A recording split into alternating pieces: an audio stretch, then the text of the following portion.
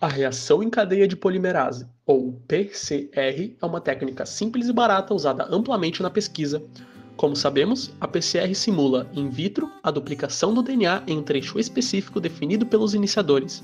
Através desses fundamentos, diversas técnicas foram desenvolvidas para diferentes propósitos, como medir expressão gênica ou detectar variações genéticas entre indivíduos. Com a RT-PCR, ou PCR de transcrição reversa, podemos detectar um gene específico sendo transcrito na célula naquele momento, amplificando seu RNA mensageiro. Para isso, extraímos o RNA em vez do DNA e o incubamos com a enzima transcriptase reversa. A transcriptase reversa converte o RNA mensageiro no DNA da fita complementar.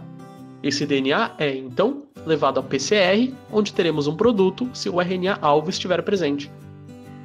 As RT-PCR estão geralmente associadas a qPCR, PCR quantitativa.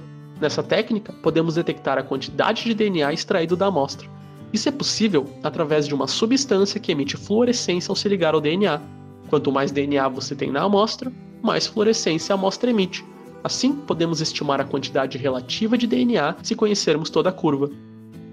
A qPCR pode ser usada para quantificar expressão gênica, vendo quanto RNA mensageiro existia na amostra, ou para medir carga de patógenos, medindo a quantidade de DNA do invasor. Todos os primers possuem uma chance de se ligar em regiões que não queremos. Assim, a Nested PCR surgiu para análises que exigiam alta precisão de amplificação do DNA. Essa técnica evita que primers pouco específicos amplifiquem várias porções do DNA. Isso é possível usando dois primers com sequências diferentes.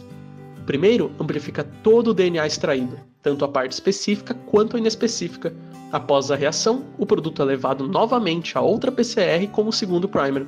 Como é pouco provável que o segundo primer também consiga se ligar a sequências inespecíficas, a segunda reação age como filtro. Essa técnica é usada principalmente em diagnósticos de doenças, pois fornece um resultado preciso. Com a PCR de polimorfismos de comprimento de fragmento de restrição, ou RFLP-PCR, é possível detectar polimorfismos entre indivíduos. Polimorfismos são variações genéticas dentro de uma população.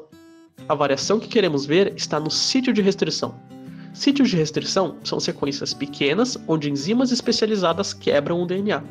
Se os indivíduos são diferentes, podemos acreditar que mutações alteraram o local do seu sítio de restrição. A PCR entra para amplificar as sequências em que acreditamos que estão esses polimorfismos. Com as sequências amplificadas, incubamos as amostras com enzimas de restrição. As enzimas de restrição quebrarão o DNA no sítio de restrição. Assim, podemos comparar os indivíduos pelo tamanho do fragmento formado, detectando o grau de parentesco, por exemplo.